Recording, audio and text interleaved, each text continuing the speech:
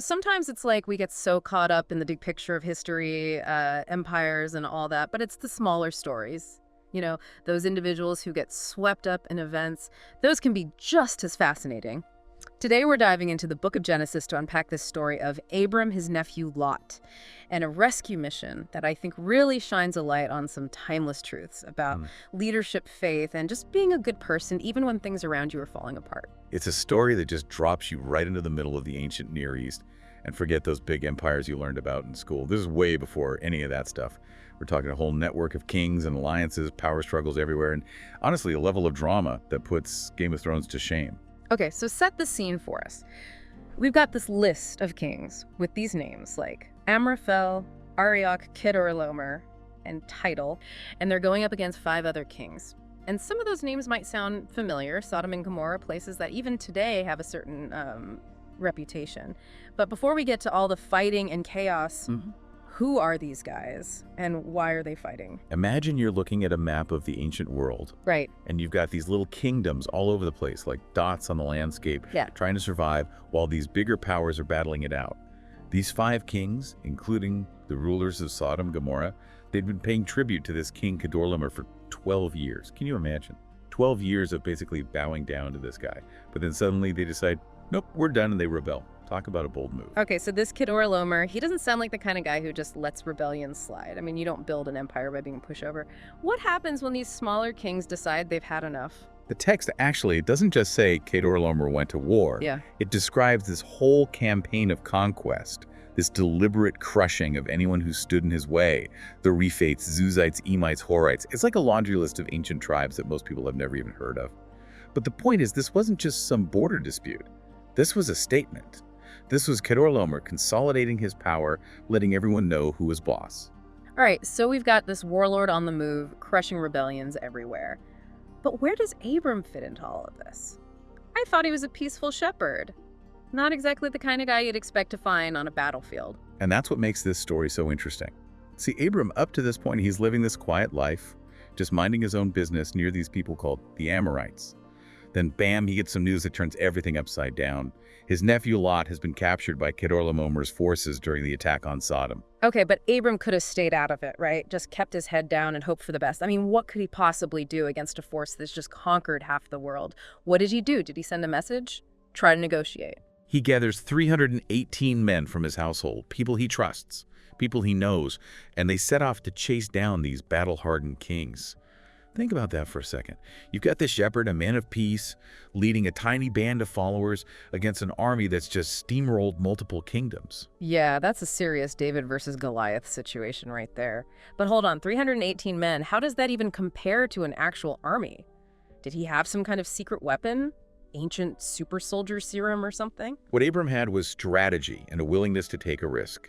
He launches this surprise night raid, dividing his forces, attacking the enemy camp from multiple sides. You can almost picture it right. Under the cover of darkness, these 318 men creeping up on this massive army, creating chaos, striking fear into the hearts of the enemy. Wow, that's like a special forces operation from thousands of years ago. But this wasn't just about scaring them off, right? They actually routed this whole army. And didn't they chase them down too? They chased them all the way to Hobah, which is north of Damascus.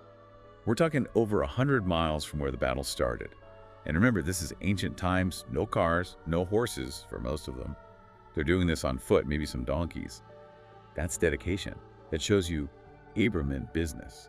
So he rescues his nephew Lot and gets back all the stuff that was stolen. You'd think the king of Sodom would be throwing him a parade, handing over the keys to the city. Didn't something like that happen? The king of Sodom is ecstatic, obviously. He offers Abram all the recovered goods. I mean, we're talking a king's ransom, right?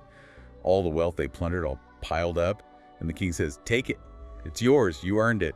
Now that's a tempting offer, especially after all that.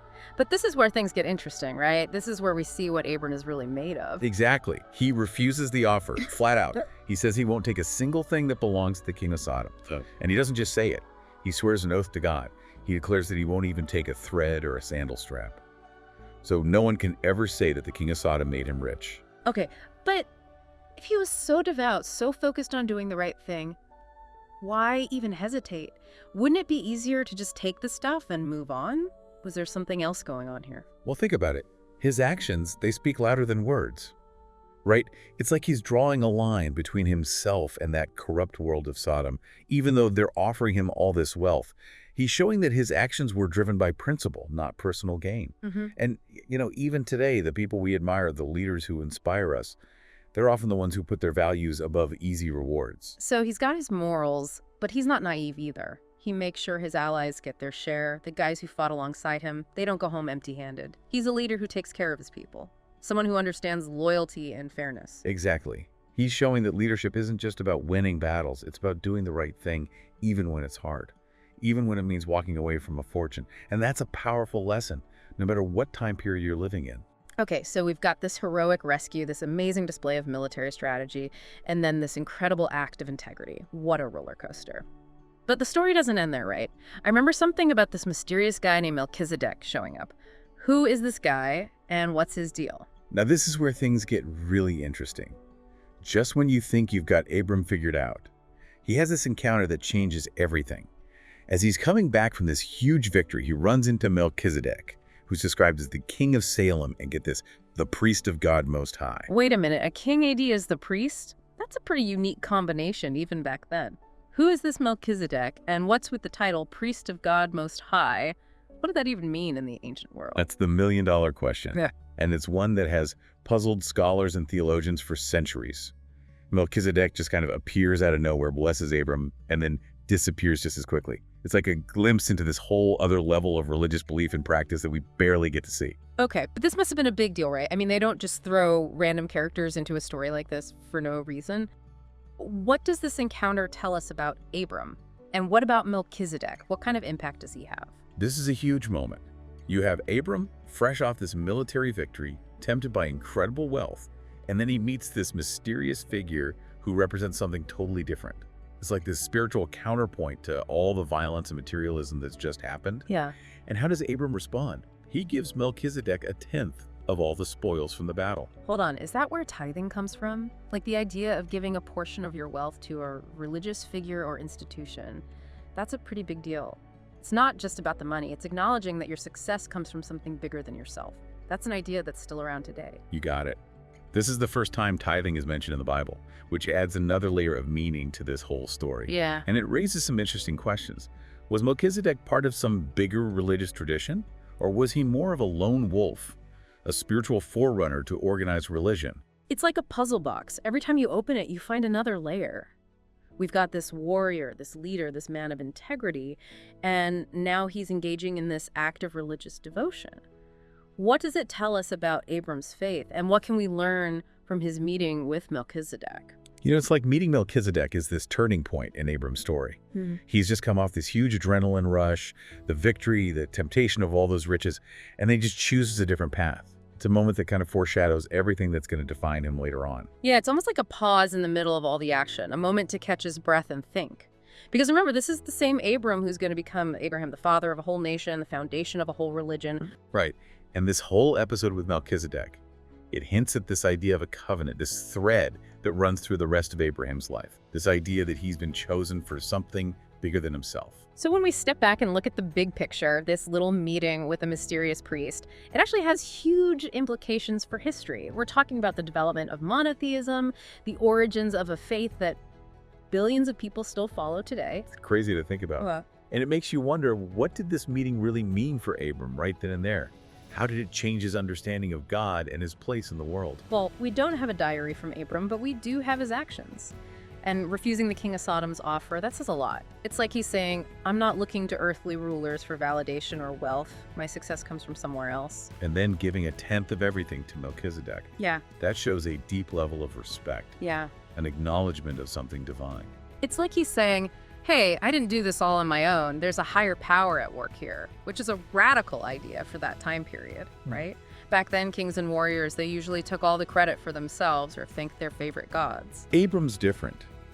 He's pointing to a God who's above all the earthly rulers, someone he owes allegiance to. And this whole act of tithing, it's not just symbolic, it has real-world consequences too. How so? I mean, it's not like Melchizedek is running some ancient charity, right? Think about it this way. By giving away a portion of his wealth, Abram's supporting religious institutions. He's investing in the spiritual well-being of his community. It's a concept that you still see today in philanthropy, this idea that when you share your success, you can help others.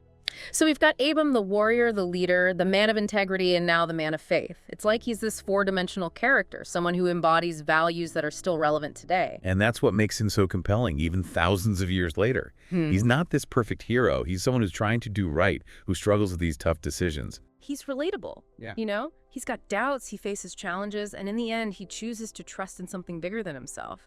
That resonates with everyone, no matter what you believe. Absolutely. His journey is kind of like a mirror to our own in a way. The struggles, the victories, the search for meaning. That's why this story, it still captures people's imaginations, even after all this time. It's amazing how much is packed into this one little episode from Genesis. We've got military strategy, political drama, moral tests, and then this window into ancient religious practices. It's like a time machine, but instead of just showing us the past, it gives us insights into the human condition, something that's timeless and universal. It's interesting because the world Abram lived in, it wasn't so different from our own when you think about it. We still deal with power struggles, ethical dilemmas, and that search for meaning in a world that can feel chaotic. It's almost like Abram's journey is a reflection of the journey we all go through. We're all faced with choices, temptations, moments where we have to decide what's truly important to us. But Abram shows us that it is possible to hold on to your principles, even when things get rough. He could easily taken all that loot and lived a comfortable life, but he chose to do what he thought was right, even if it meant giving up something valuable. And I think that's what makes him such a powerful figure. He's not just a hero in the traditional sense, he's a moral example. Someone who reminds us that real strength comes from integrity and compassion, not from how much stuff you have. And his story shows us the importance of faith, that belief in something beyond ourselves. That's what gives him the courage to face these impossible odds, to rescue his nephew, to reject wealth and power. It's like a blueprint for dealing with challenges and staying true to what you believe. It's a good reminder that even when things are tough, there's something we can lean on, a source of strength that can help us get through. And what's interesting is that the story doesn't try to wrap everything up neatly. It leaves us with some big questions, especially when it comes to Melchizedek. Yeah, who was this guy? And what did that meeting with Abram really mean? What does it tell us about the different religions in the ancient world and how they interacted? Those are questions that still fascinate scholars. And I think that's part of what makes this story so engaging. It makes you think for yourself, explore different viewpoints, and come to your own conclusions. It encourages us to look deeper, to go beyond just the events, and really think about the complexity of history, faith, and what it means to be human. And that's what the deep dive is all about, right? We get to explore these ideas together, share what we're thinking, ask questions, and maybe even come away with more questions than we started with. Absolutely. So as we wrap up this part of our deep dive into the story of Abram, what's standing out to you? What's resonating? What are you taking away from this journey back in time? It's amazing, right? We started out talking about battles and kings, and now I'm just stuck on Abram's character. This is a guy who could have just taken the easy way out, grabbed the loot, and lived a pretty cushy life. But he doesn't. He chooses something else, something more. Yeah, it's almost like he's following a totally different set of rules. He's all about integrity and putting others first, even when it means he loses out personally. In a world that's obsessed with power and money, Abram's different. He's focused on something bigger, something that matters more. It makes you think, where did that come from? What made him see the world that way? Was he just born like that? Or did the people and beliefs around him shape him? That's a great question. And it brings us back to that whole Melchizedek encounter. Was that a turning point for Abram? Like a spiritual wake-up call that put him on a new path? Or was it part of some bigger religious tradition that we're only getting a glimpse of? Think about it. You've got this king who's also a priest. He blesses Abram, and Abram gives him a tenth of everything. It's like this ancient exchange, a recognition of something powerful that connects them both. It's such a mystery. It makes you want to know more about the religions of the ancient world, right? Totally. Melchizedek is like this key to a whole world of beliefs and practices that we're only starting to understand. Who were these people from Salem? What did they believe? And how did their faith influence Abram and the people who came after him? Here's another thing that blows my mind. We tend to think about monotheism, the idea of one God, as something that came along much later. But here's Melchizedek, this mysterious figure from way back when, and he's already talking about God Most High. It's like he's planting a seed, an idea that will grow and spread over centuries. It really changes the way we think about how religious ideas developed. Maybe monotheism wasn't just invented out of nowhere. Maybe it was more like a gradual process, a thread that's woven throughout history. And Abram becomes a part of that story. a link that connects us to those ancient beliefs and practices. It makes you realize that history isn't just a bunch of dates and battles. It's this living, breathing thing that shapes who we are and what we believe even today. What's amazing is that Abram's story still speaks to people from all different backgrounds, cultures, and religions. He's someone who goes beyond those boundaries. His actions show us something about courage, compassion, and doing the right thing that everyone can relate to. There's something about his journey that gets to the heart of what it means to be human. We all face challenges. We have to make tough choices. And we all struggle with these big questions about life purpose, what it all means. And in Abram's story, we see a reflection of our own struggles, our own hopes. He shows us that we can stand up for what we believe in, that we can make a difference even when things are tough. He's like this example of how to live a life with purpose, guided by your values and a belief in something bigger than yourself.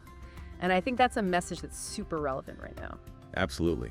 In a world that feels so divided and uncertain, sometimes Abram's story gives us hope. It shows us what resilience looks like and the incredible power of the human spirit. I'm feeling a sense of awe and inspiration, awe at how complex the ancient world was and inspired by Abram. He faced some crazy challenges, but his faith and his integrity never wavered. It's a story that makes us want to learn more, to ask questions, and to see the connections between the past and present. And in the end, it reminds us that we all have the power to make a difference, to leave the world a little better than we found it, just like Abram did all those years ago. Thanks for joining us on this incredible journey. Until next time, keep exploring, keep asking questions, and keep diving deep.